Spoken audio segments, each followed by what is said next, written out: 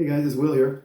I was just listening to a podcast by Tim Ferriss. He wrote The 4 Hour Work Week and other things, and he interviews a lot of successful people. And he's had a fair amount of success, in his life with business endeavors. And he just had a podcast on these questions that he asked himself in the past that had really changed his life for the better, really made improvements. And one of them that stood out that I was thinking about talking about to you guys was, what if I subtracted something instead of added something? So that's just a question you can ask yourself in your life. Because normally he says like that we want to add more things. If we have an issue, we want to add more. So instead of subtracting something, so we'll work harder, we'll put more time in. But he's thinking that, let's say that you were doing weight training and you weren't getting the results, or you wanted more results or faster results. You might want to work out more times a week. You might do more sets, or and so you might work out longer. So basically, it could come in handy to just ask yourself, what if I subtracted something? So that could be like, what if I worked out 3 days a week instead of 5 or 6 days, like as far as weight training goes? And that, what might happen is you might have more time to recover in between the workouts where your muscles are growing, and you might reduce cortisol, which can break down, can stress you out, all that working out and breaking down of tissue. And your central nervous system also gets taxed quite a bit, you're to do all this work. And so it might actually be counterintuitive, but by subtracting some of the, fewer workouts and maybe less intensity, or just number of sets, volume, you might end up getting a better result. I'm not saying you should do this or that you will get a better result, but it's just something to ask yourself. And another area related is weight loss. If you are hitting a plateau, or you want to lose more weight and get more muscle definition, you might be tempted to add more exercise, more cardio to burn some more calories. And another approach would be to subtract calories to actually reduce them. And there's ways to do that by, I mentioned this in other videos, where you can add more vegetables in. So you might mix in veggies with starches, rice, pasta, whatever it is, and reduce the caloric density of the food. There's other ways that may or may not work for you. Some people do intermittent fasting, where they kind of all of us stop eating at dinner and then we eat in the morning. But so it might be a 12-hour period where we don't eat. But some people will eventually push that to noon or 1 or 2 and eat 2 meals instead of 3. And it's just a way to potentially consume fewer calories. Now, you can still eat as much or even more if you do intermittent fasting. It's not really a diet specifically, but what happens is when we go from, say, a standard American diet to a plant-based diet, we're consuming fewer calories because we're eating food that has lower calorie density. So anywhere from fruit, vegetables, greens, legumes, and potatoes and things like that, which are getting in the 500, 600 calorie per pound range.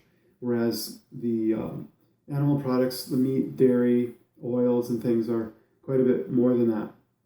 So one of the reasons we get all these benefits from a plant-based diet is that we're subtracting a lot of the harmful foods and the high-calorie food.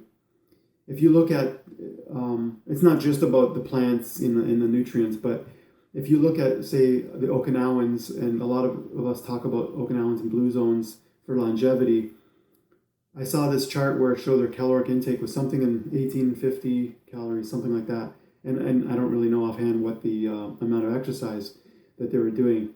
But a lot of people in the high carb and the YouTube community will promote quite a bit, 3,000 plus, or if you show a portion of your food, they'll say, I could eat a lot more than that. And there is some truth, because you can eat a larger volume of food.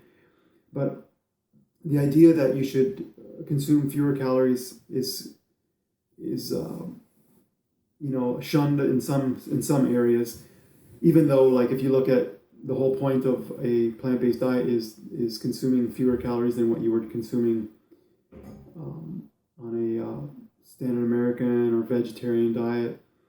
And so basically, that's one of the reasons you're cutting out these large, these certain categories of food, which are typically higher in calorie.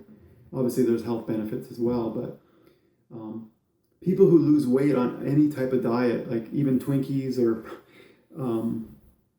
paleo, when they restrict, they restrict their calories and they cut calories and they lower their body fat, lower their weight, they actually do see benefits as well. Now, I feel like the plant-based diet is the healthiest natural diet, and there's many health benefits, but a loss of weight, of body fat and visceral fat and things like that is going to improve a lot of people's markers to some extent. It's not going to be maybe as good as it can be, but what I'm trying to do is fight a little bit against some of the standard principles that are promoted not so much by a lot of the doctors, but in the social media, where any talk about cutting calories is calorie restriction, low energy lifestyle, and all that sort of thing.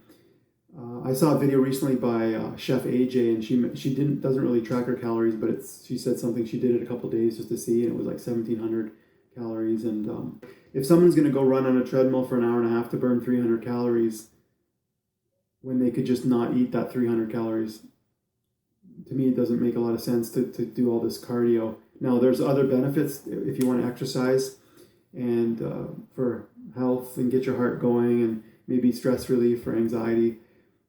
There's lots of benefits, but I'm talking just from a strictly weight loss perspective, that just something to consider is that you subtract, and that I've been tracking calories lately, because we tell people to just eat until you're full and eat a low, plant-based diet, and it's a lower calorie density approach, and you're naturally going to reach a pretty lean weight that I think most people will be happy with. But if you're smaller, shorter woman, or you really need to get lean, like for athletics or calisthenics or modeling or whatever,